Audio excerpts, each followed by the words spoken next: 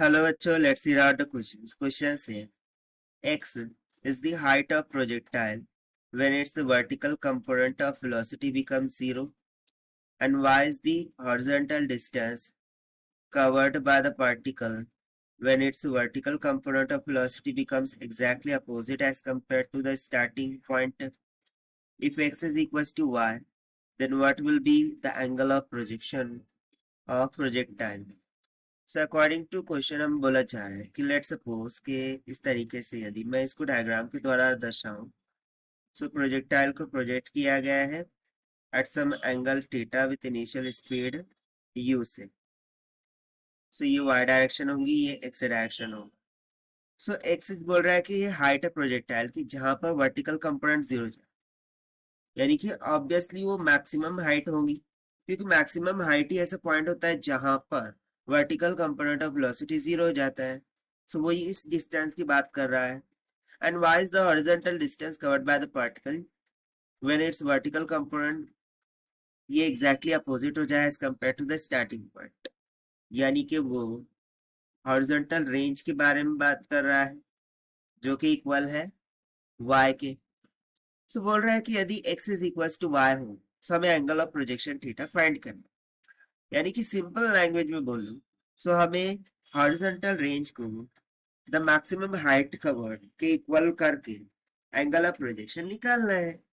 तो चलिए स्टार्ट करते हैं सॉल्यूशन से, but before of that let's talk about the key concept which we are going to use here for this question.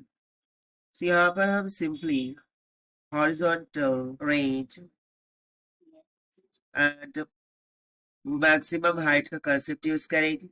So horizontal range के लिए formula हो जाएगा r is equal to u square sine में 2 theta divided by g, और उसी तरीके से horizontal maximum height के लिए फॉर्मूला होता है h is equal to u square sine square theta divided by 2g।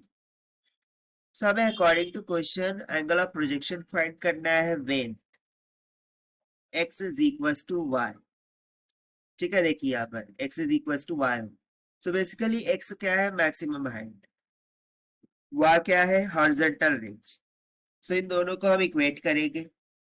सो यहाँ से मैक्सिमम हाइट का फॉर्मूला लगा दिया u square sine square theta divided by 2g, this is equal to horizontal range u square sine 2 theta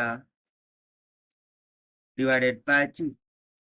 ना देखिए sign 2 theta को हम इस तरीके से लिख सकते हैं 2 sine theta into cosine of theta by using trigonometry. So यहाँ से यू स्क्वायर कैंसल, जी से जी कैंसल आउट हो गया।